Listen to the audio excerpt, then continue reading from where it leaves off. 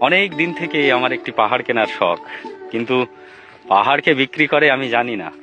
যদি তার দেখা পেতাম, দামের জন্য আটকাতো না। আমার নিজস্ব একটা নদী আছে, সেটা দিয়ে দিতাম পাহাড়টার বদলে।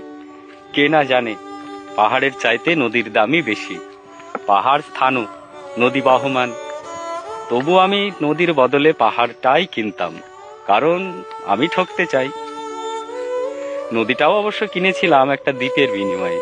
ছেলেবেলায় আমার বেশ ছোট্টখাটো ছিমছাম একটা দ্বীপ ছিল, সেখানে অসংখ্য প্রজাপতি। শৈশবে দ্বীপটি ছিল আমার বড় প্রিয়।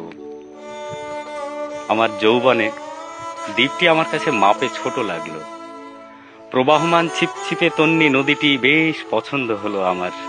বন্ধুরা বলল, ওইটুকু একটা দ্বীপের বিনিময়ে এত বড় একটা নদী পেয়েছিস, খুব জিতেছিস তো মাইরি।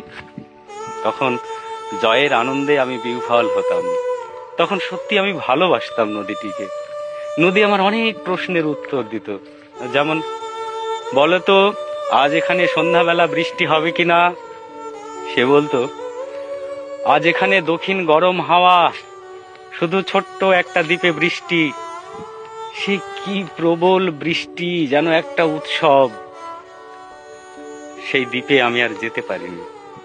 সে জানতো, সবাই জানে, শৈশবে আর ফেরা যায় না। এখন আমি একটা পাহাড় কিনতে চাই। সেই পাহাড়ের পায়ের কাছে থাকবে গহন অরণ্য।